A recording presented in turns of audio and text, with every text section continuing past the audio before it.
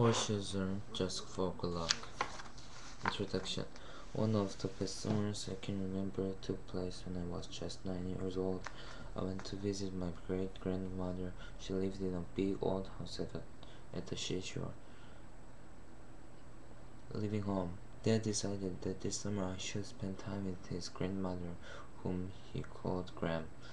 He said he had loved visiting her during the summers when he was a kid. He took me to the train station in a taxi. I had always lived in the busy, noisy city. I was feeling a bit afraid. Riding on a train for more than an hour was a new experience. The seats were huge and soft. It took a while to become used to the rocking motion as the train moved south, taking me farther from home. At the train station, Graham and her friend Jim met me. Jim helped carry my suitcases to his car. He headed to Graham's home by the sea. When we were getting close, Jim told me to breathe deeply so I could smell the ocean. I did smell different here. Life by the sea. Graham lived in a small beach town. Some of the houses were painted with many colors. There were not many cars. People were walking or riding bicycles. I saw horse-drawn carriages. Oh, it was so quiet. What would I do all day? Jim said that he liked going to the beach very early in the morning to see what was left on the shore.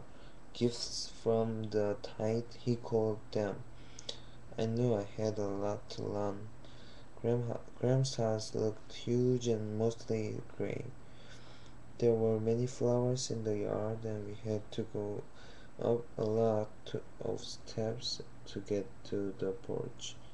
Graham told me to look all over the house while she cooked dinner. She said I could choose my bedroom from the three upstairs, but that my dad had always stayed in the one that faced the ocean. The steps creaked as I climbed the stairs. There were 3 rooms, a bathroom, a closet, and a steeper stairway that went up to another floor. The 3 bedrooms had different colored wallpaper and lace curtains. Did I want green, yellow, or peach? Did I want to look into the neighbor's garden or out onto the street? As soon as I looked out of the window in the yellow room, I knew it was my room. I could see sand and birds and blue sky and so many waves. My summer home. I plopped onto the high, creaky bed and stretched my arms and legs. It was a long way up to the ceiling, much farther away than the one at home. It was so quiet compared to the city. No horns, no sirens, no yelling. But as I lay there, I could hear the same sound over and over again. It was the sound of the waves, and I could smell the ocean. I didn't know the ocean made sounds. I had to get close to it.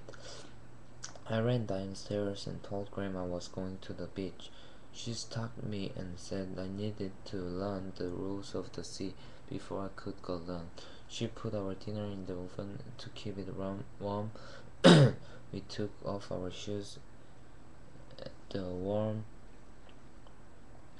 sand felt rough and kind of tickled my toes. Graham showed me how far I was allowed to walk and down the shore between 2 jetties. These jetties are walls of rocks built into the ocean. Graham said the jetties were built to keep the beach from eroding away. She said that a long time ago the beaches were much larger, so the town built jetties to keep the sand from flowing away into the ocean. Graham said I could not go into the water unless she or Jim was with me. She told me about currents, the strong flow of water, and how they could pull me under and drag me far out into the ocean. She told me if I learned the rules, I would also learn to love the ocean. The, the ocean was one of Graham's best friends. After a delicious dinner of crab cakes, I went upstairs to go to bed. The sounds were new, the shadows were new, the smells were new, the waves beating onto the shore lulled me to sleep. Lemurs. I woke with the sun shining onto my face. I could hear birds screeching. Seagulls. I hurriedly pulled on and a t-shirt, shorts and t-shirt. Graham said to remember the rules. I nodded yes, and as I hurried out the back door, the sand had many brownish gray round things all over it. They kind of looked like turtles, but not quite. They had a pointed tails sticking out of them that looked sharp. Others were lying on their shell backs. I watched some of them for a while until Graham called me for breakfast. I asked Grandma was all over the beach, and she said they were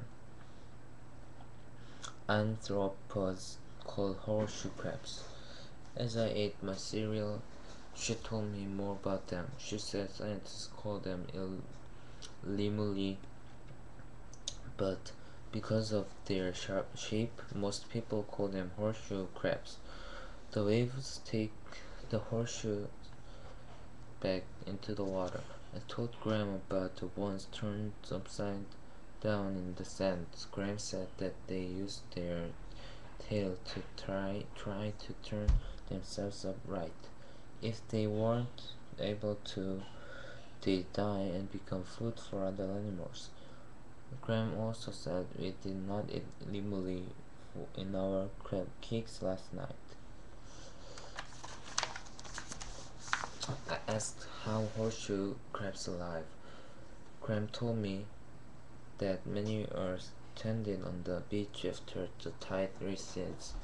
They try to escape from the sun's heat by burrowing into the wet sand. She said the females do not lay eggs until they are 10 years old, and they often live for 18 years. Graham said they lay their green jelly-looking eggs a few inches under the wet sand, and a female might lay as many as 80,000 eggs in one season.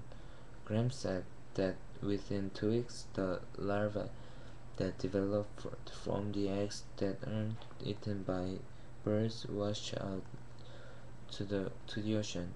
The larvae are tailless, but after their first molt, toward the end of summer, the larvae develop a tail.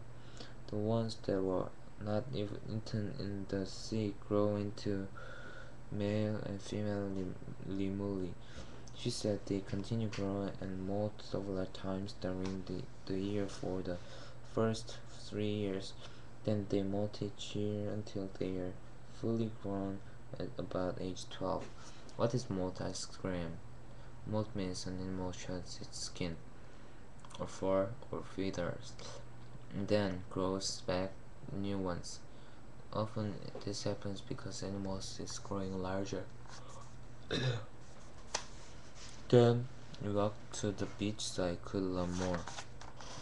Graham said she always put the stranded female horseshoe crabs back into the water, into the ocean. She'll also turn over the upside down ones because if they're undersides became too dry, they'll die. She said while they swim, horseshoe crabs often turn on their backs, floating on their shell as if it were a boat. After swimming for a while, they stop to rest and gradually sink to the bottom of the ocean. As they move along the bottom, they eat a variety of soft shells, shell clams, marine worms, surf clams, small invertebrates, and algae. Since they grind, grind food with their spiny leg segments, they have to be walking to chew their food. Graham also said they prefer living as bottom dwellers because of the high salt content. In the winter, they burrow down into the mud of the ocean floor. Other animals tried to destroy them, but scientists studied them to, to learn more about their 9 eyes and nerve systems. Also, lemuri blood can be used to test for some human diseases and to test new drugs. Some farmers even grind them up to feed their hogs. Amazingly, Grimm said horseshoe crabs have been around for 350 million years since dinosaurs roamed the earth.